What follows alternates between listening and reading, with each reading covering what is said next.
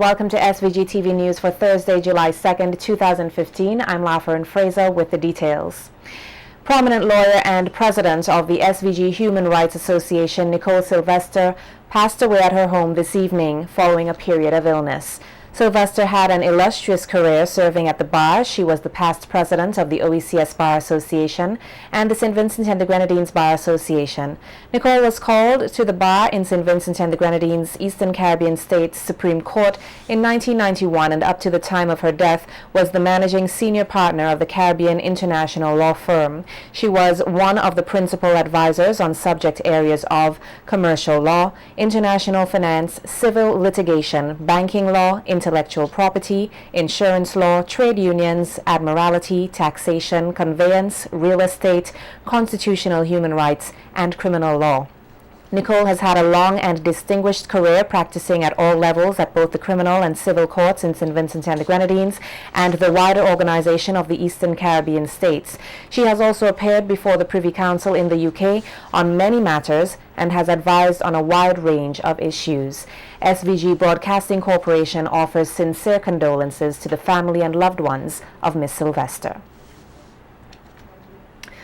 Almost 4 years after it was first detected in St. Vincent, the Asian citrus psyllid, which transmits citrus greening, is said to be having a devastating impact on the citrus farmer's hair. The most important damage that Asian citrus psyllid conveys to plants is that it causes shoots to yellow and new leaf tips to twist or burn back. It also causes premature blossoming of the tree, abnormal leaf fall, growth of sooty mold on leaves, and abnormally shaped fruit with bitter juice. Eventually, the plant dies after 5 to 8 years. According to the Ministry of Agriculture's Communications Unit, the disease appears to be widespread throughout the island and is already causing significant impacts on the livelihoods of farmers, as field visits to various commercial farms have confirmed this. The unit says as part of efforts to manage the disease, the natural enemies of the vector were sourced from the Florida Department of Agriculture and Consumer Affairs Division of Plant Industry through Dr. Eric Rohrig. It says 20,000 Tamarixia radiata wasps will be imported for use in a biological program to suppress the population of the psyllid.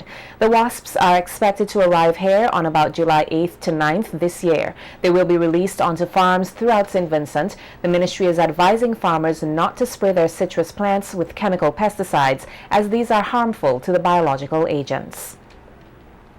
A discussion was yesterday held on the importance of the breadfruit, not only as a nutritional dish, but also the role it can play in food security for St. Vincent and the Grenadines. Delivering the feature address at the SVG's Botanical Gardens 250th Anniversary Science Symposium at the NIS Conference Room, Dr. Nairi Zarega says there are a series of benefits that can be had from the effective use and consumption of the breadfruit. Dr. Zarega also listed a number of reasons why the breadfruit is underutilized, including low competitiveness and the loss of traditional knowledge on how exactly it is to be used. However, Dr. Zarega says in just a few days, the International Breadfruit Conference will be held in Trinidad and Tobago, where they will be discussing breadfruit, fruit nutrition, and security.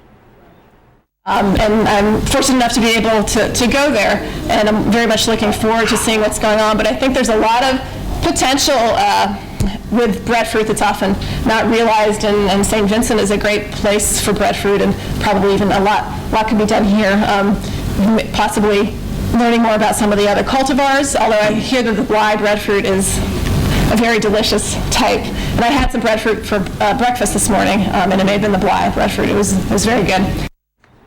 The Pan American Health Organization, PAHO, representative for Barbados and the Eastern Caribbean, Dr. Godfrey Shubu, is calling on Caribbean governments to take a more integrated approach as it relates to health policy. Dr. Shubu was speaking to top-level civil servants here this week and emphasized that having a unified approach as it relates to Caribbean health policy would give the region more clout. Then it's a bigger block. There's more pressure. And secondly, we need to ensure that consumers are not confused. So at the moment, if we take nutrition labeling, for example, if you buy a product in Antigua, it says it has one type of label. If you buy it in St. Vincent, it could have a different type of label. If you buy it in Barbados, it could have a different type of label. Okay. If we look at sale of alcohol to minors, legislations, some say 17, some say 16, some say 18, some say 21. This is where we need to do this South-South collaboration. Permanent Secretary in the Ministry of Health, Louis Deschong, also reiterated the need for closer collaboration among Caribbean governments. He outlined that more progress would be made if strategic alliances are formed. It is a strategy which is designed to include health considerations in policy making across different sectors that influence health, such as agriculture, transportation, land use, public safety, and education. It reaffirms public health's essential role in addressing policy and structural factors affecting health, and it continues to be promoted as an opportunity for the public health sector to engage a broader array of partners. The nation's youth are being urged to refrain from using violence to solve their differences. The advice comes from Youth Officer in the Ministry of National Mobilization and Social Development, Phil Jeffers, who says no life can be found in violence. The Affairs Division calls on all youth across the nation to refrain from using violence as a means of coping with indifferences. Refrain from using social media as an outlet to promote negative behaviors and glamorizing negativities in our Vincentian society, but rather use the social medium to encourage positive development as youth who are meaningfully contributing to the nation of St. Vincent and the Grenadines. It is time for us to stop the violence and negative portrayal of youth in St. Vincent and the Grenadines and embrace positive things that builds this nation. Nelson Mandela quoted, "People respond in accordance to how you relate to them. If you approach them on a basis of violence, that's how they'll react.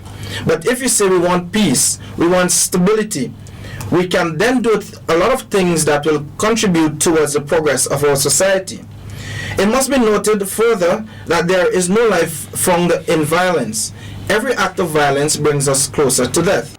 Jeffers says that his division is working to provide guidance and support to the nation's youth to ensure that no one gets forgotten, no matter their background. The Youth Affairs Division has been partnering with several stakeholders here in St. Vincent and the Grenadines to ensure that quality programs are being provided to our youth. There are the Ceilings program being conducted each year with the grade 4 students, and we have our international partners from Bethel Assembly in Nova Scotia who comes to do that program with us. We have conflict resolution and life skill classes done with the schools through collaboration with the Ministries of Education and non-state actors. Our ministry's truancy program, which was launched last year, which targets youth who are vulnerable to truant behaviors. We have the re-entry of young mothers to school program offering a second chance at education, but just few of the programs being coordinated with youth.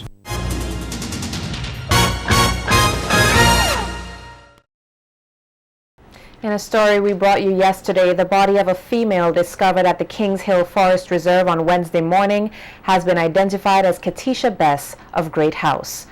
The 18-year-old's lifeless body was discovered by forest rangers in a close-fitting black short dress and a silver chain on her left ankle. According to the police, she had severe trauma injuries to her head. A post-mortem examination will be carried out on the body soon. Bess's death is recorded as the 12th murder for 2015. And the family and friends of Katisha Bess are wondering how she ended up in the bushes at the Kings Hill Forest Reserve. Earlier today, SVG-TV's news team went to Lomond's Leeward, where the 18-year-old lived with the family of her boyfriend of 4 years. They recall that she left home around 9 a.m. Monday, June 29th, to collect a cellular phone, but never returned. Her boyfriend's sister, Shakeen Warren, says she received a call from Bess around 2 p.m. that Monday, stating that she was returning from Byra, where she is originally from, and would be home soon. Warren said when the day passed, they were a bit concerned. However, they thought she was still in Byra with her mother. According to Warren, after they did not see or hear from Katisha on Tuesday and Wednesday, they became even more worried and made several phone calls to her phone, which went unanswered. But she was up here in the morning and she left and told my mommy that she went to collect a phone. Around what time? Like around 9, you should say. 9 a.m. or p.m.? A.m. It was in the morning. She left with my auntie and went down in town. And it's like that was the last time. And then she called me around 2 p.m. in the evening telling me she's coming down from Beira with this person. I'm not calling the person name, with this person, and that was the last time. She was supposed to bring something for me, and I told her to go cash money, buy my boyfriend to carry it, and it's like that was the last time any of us ever saw her or heard from her. And it's like we was confused because we thought like, okay, she did not come home. We thought like she must have went by she mommy or something like that, because she mommy is from Beira, and when I heard she was coming up from Beira, I thought like, okay, maybe she just stayed by she mommy or something. Warren describes Katisha as an easygoing person and questions who would want to kill her and then carelessly discard her body in the forest. Is why and who did it. That's all we want to know, because she was a kind-hearted person. She's not worrisome. She don't like argument, and we don't understand why somebody would just want to kill her just like that and then just dump her like a dog, or just dump her like a piece of garbage. That's just stupidness. We want to know why. That's just the main thing. We want to know why they did it. I guess that would just make us be at peace in like this situation and everything like that, and make us feel like, okay, maybe this went wrong or that went wrong, but I don't feel like she could have done anything that would lead into somebody killing her. That person did it, and they know why they did it, and we want to know why. That's just all I want to say. The police, in a report issued earlier today, say a 49-year-old man is assisting officers at the Calico Police Station Criminal Investigations Department with the investigation. Carnival Beat is coming right up.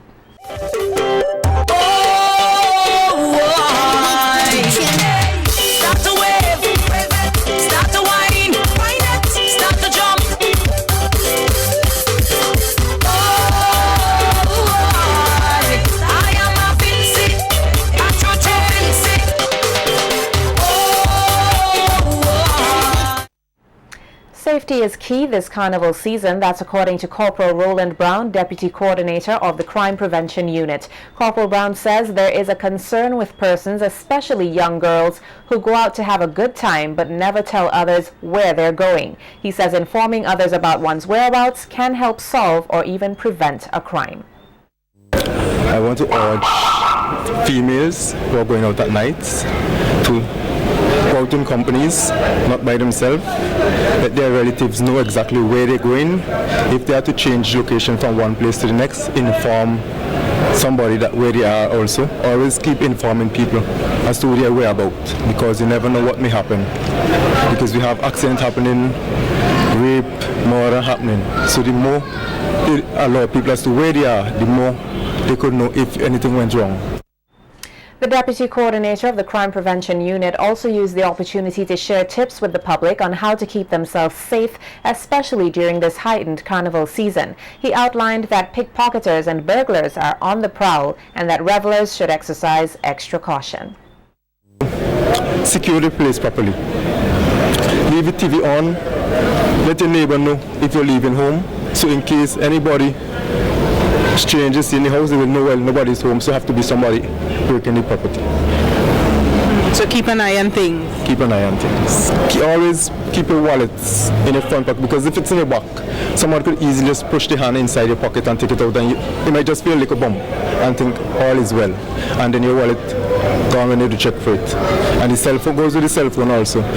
Keep your cell phone in your pocket instead of having it in your hand. Somebody could easily pull it and run from the gun, especially the iPhone and the latest property lines. Yeah. You have to keep them safe. If you know they want to use them, it is wise that they use an ordinary cheap phone for the carnival that does not have much information and value to them to work with. The police will be staging another crime prevention exhibition tomorrow at their headquarters in Kingstown and are encouraging persons to stop by to get more safety tips.